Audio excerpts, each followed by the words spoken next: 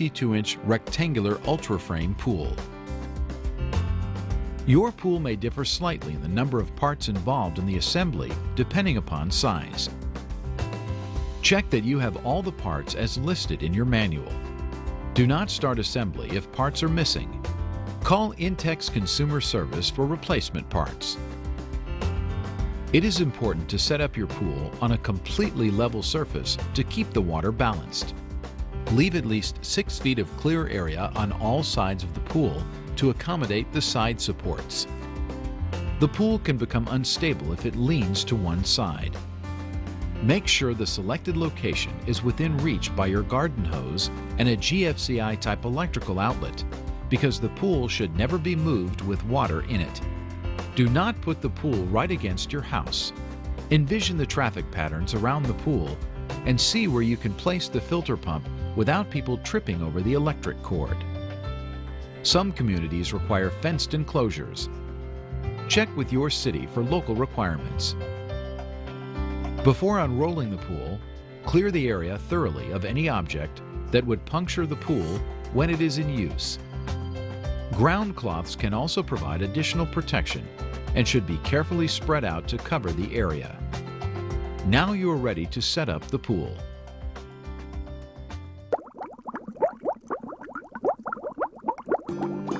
Unroll the pool liner on top of the ground cloth, making sure it is right side up. Do not drag the pool across the ground, since that may result in leaks. Locate the filter connecting holes. Make sure they are facing the area where you will put the pump. Double check to be sure that a GFCI-type electrical outlet is within reach by the power cord. Allow the sun to warm the liner for easier beam insertion.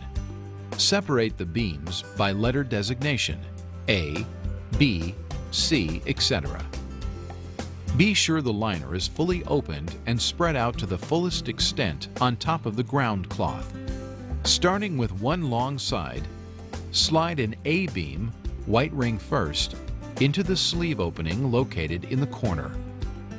Continue with B beams snapping into the A beam. It will be easier if another person holds the sleeve open as the beams are pushed into the sleeve. The assembly diagram in your instruction manual indicates the number of B beams required for your pool. Finish the side with a C beam. Keep the metal beam aligned with the white sleeve holes. Slide the beams into the other side in the same pattern. Assemble the beams in the ends of the liner, starting with a D beam, then an E beam if included for your pool, and ending with an F beam. Again, check the hole alignment with the sleeves. Before inserting the large U-shaped side supports into the frame, slide the restrainer straps onto them as shown. Keep the pool liner frame flat on the ground to make insertion of the supports easier. Squeeze the bottom buttons of the double button spring clips. Insert the support ends into the beam holes and release to secure the top buttons inside the beam. Repeat this procedure for all the supports. To erect the pool, you may raise one wall at a time, or if you have 4 people assembling, all the walls may be raised at once. Immediately pull the liner straps at each corner toward the restraining straps. Connect the liner straps to the restrainer straps by inserting connector rods. Connect all the rest of the supports to the liner straps and pull all of the supports out taut at the bottom. Consult your local pool supply or home improvement center for advice on suitable pads to put under the supports if your ground is not solid or is covered with asphalt. Position the long wall top rails so they are leaning over the short wall top rails.